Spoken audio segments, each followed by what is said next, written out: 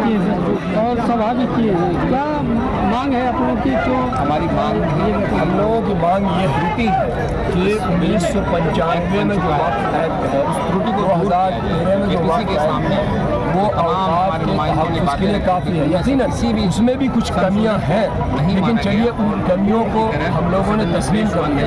लेकिन अब जो वक्त 2025 लाया गया है, ये तो कमियों का मजमूआ है, इसमें तो खामियां ही खामियां हैं। ये कानून A to Z काबिल मुस्तरद है, नक़्द करने के काबिल है, इसलिए कि इस कानून की वजह से औकाफ की कोई भी जायदाद महफूज नहीं रह सकती।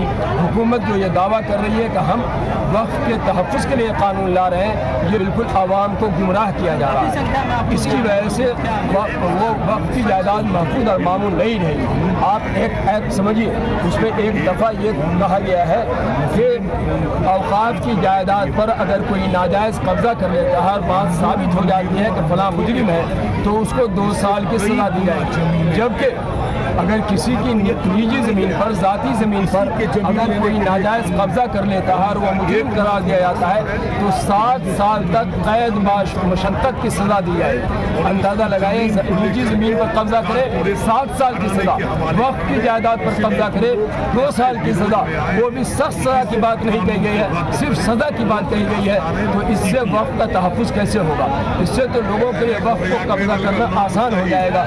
इसलिए यहाँ सहरसा की आवाम, जिसमें मुसलमान भी है, हिंदू भी है, अक़ली तबके के लोग हैं, सारे लोगों ने पटेल मैदान में हाजिर होकर, पटेल मैदान में हज़ारों की तादाद में हाजिर होकर के ये पैगाम हुकूमत तक भिजवाया है कि हुकूमत इस काले कानून को वापस ले। ये गैर दस्तूरी कानून है, आइन के खिलाफ कानून बनाया गया है, और आइन के खिलाफ जब कानून बनाया गया है तो इस मुल्क का कोई भी बाशऊर तबका उसको मानने को तैयार नहीं होगा। इसलिए हम हुकूमत से कहना चाहते हैं कि हुकूमत इस कानून को वापस जल्द अज जल्द वापस। सरकार कह रही कि इससे गरीब तबके के लोगों को आज शरीयत का मसला है, इस्लाम का मसला है, इसमें गैरों को दाखिल किया जा रहा है। इसका मतलब ये है कि इस रास्ते से वक्फ की जायदादों पर कब्ज़ा करना है, ताकि वक्फ की जायदादें महफूज और मामूल नहीं रहेंगी। जब ये कानून बन गया है तो इसकी वजह से न मसाजिद बाकी रहेंगी, न मदारिस बाकी रहेंगे, न खानकाहें बाकी रहेंगी, फिर औकाफ की सारी जायदादों पर कब्ज़ा हो जाएगा।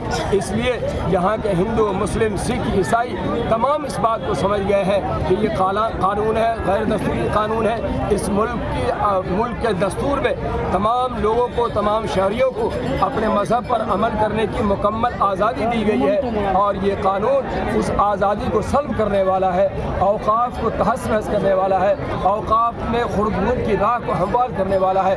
इसलिए यहाँ ये सहरसा की आवाम ने यहाँ मुत्तहिद होकर के ये पैगाम हुकूमत तक पहुँचाया है, ऐवान बाला तक, ऐवान ज़ेरी तक ये पैगाम जोर अंदाज में पहुँचाया है कि ये काला कानून हुकूमत वापस ले।